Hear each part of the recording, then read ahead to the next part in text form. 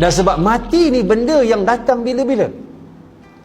Jadi orang yang paling bijak Nabi sebut dalam hadis daripada Abu Ya'la Shaddad bin Aus radhiyallahu anhu, al-kayyisu man dana nafsahu wa amila lima ba'dal maut.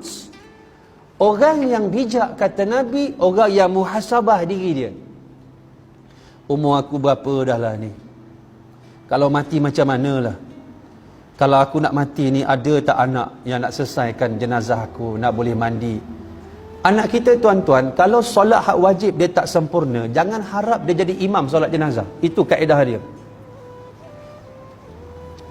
Anak murid saya dia jadi imam kat depan, ayah dia meninggal, umur 12 tahun. Ada seorang tu atuk meninggal, 13 tahun. Yang 13 tahun ni sekarang ni, dah jadi ni dah. Dah pergi dekat South Africa dah.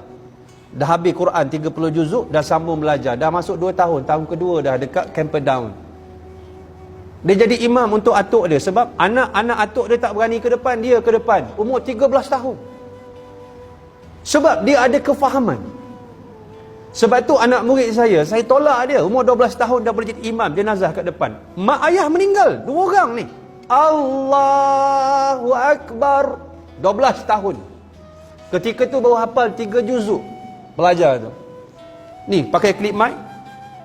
Imam tu kata-kata imam. Macam mana ni ustaz? Kenapa? 12 tahun. Kenapa?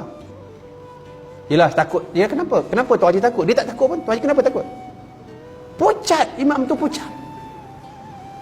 Walaupun 12 tahun, dia berdoa tuan-tuan, satu masjid menangis. Bahasa Melayu je. Ya Allah, rahmatilah kedua ibu bapa kami, ya Allah. Kerana telah mendidik kami dengan Islam masa kecil, ya Allah. Kami kenal Engkau, ya Allah. Kerana didikan ayah kami, ya Allah. Satu masjid menangis tuan-tuan. Kenapa menangis tuan-tuan?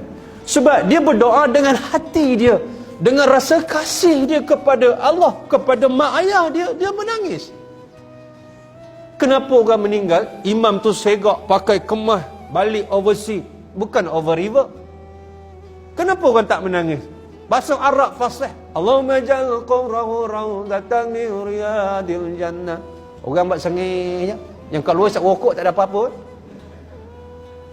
Soul tak ada soul. Soul tak ada. Jiwa tak ada. Jiwa tak ada. Kita tuan-tuan, kalau kita meninggal malam ni, anak tak boleh mandi, tak boleh kafan, anak tak boleh solat, tak boleh urus ke kubur, kita miskin tuan-tuan, miskin.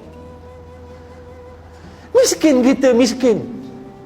Kita tak ada persiapan nak ke syurga Allah. Nak pergi syurga bukan besok persiapan. Persiapan dia sebelum kita faham lagi dengan ilmu, sebelum kahwin, sebelum dapat anak, sebelum dapat isteri. Hidup dalam keadaan kita diikat dengan kefahaman agama Allah. Kita mati nak ke mana? Sebab tu bijaknya, wa amila lima ba'dal maut. Dan dia berfikir nak buat persiapan untuk mati dia. Sedih tuan-tuan. Sedih. Mati tiba-tiba anak tak tahu nak solat jenazah. Saya sedih tuan-tuan. Kadang meninggal, ayah meninggal, belakang ni dah hitam dah. 2 tahun baring, stroke. Anak datang rambut merah tu. Boleh mandikan ayah? Tak pandai ustaz. Saya aja tak pandai ustaz. Saya aja tak pandai ustaz. Apa yang kau pandai? Depan mayat terpaksa bagi tazkirah tuan-tuan, minta maaf dengan izin. Untuk kebaikan dia. Sebab saya kata, kalau kamu tak nak mandikan sekarang, saya mandikan. Saat lagi ayah kamu saya mandikan, kita kafan, kita ke bumi. Kamu tak ada peluang nak mandikan dia. Baru air mata gajah, air mata buaya meleleh. Saya pandu kamu. Ini yang berlaku. Orang meninggal, panggil kita pagi nak selesaikan. Meninggal malam, jenazah penuh dengan najis. Apapun mak ayah kita meninggal, waktu malam ke, waktu apa ke, jangan report polis dulu. Confirm meninggal, bersihkan pakaian dia dari najis, air kencing. Sebab sakit ni mati tuan-tuan, ni sakit sangat. Nabi nak meninggal sakit sangat.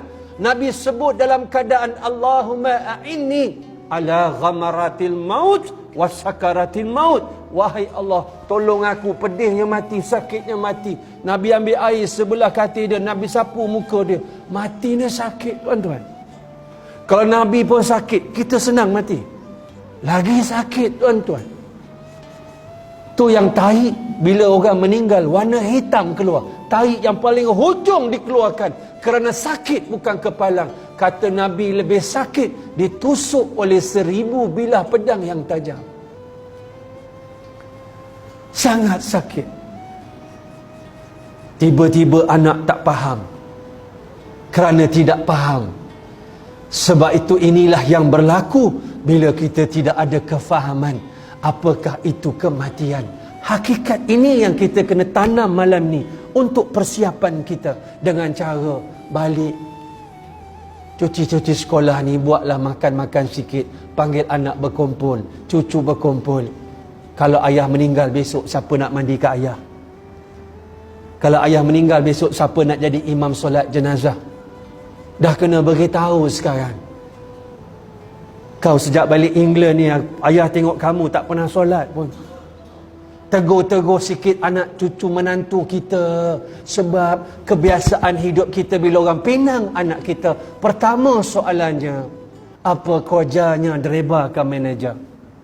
Pernah kita tanya solatnya cukup? Kuliahnya di surau mana? Masjid mana Sabtu Ahad? Baca Quran tu dah khatam atau belum?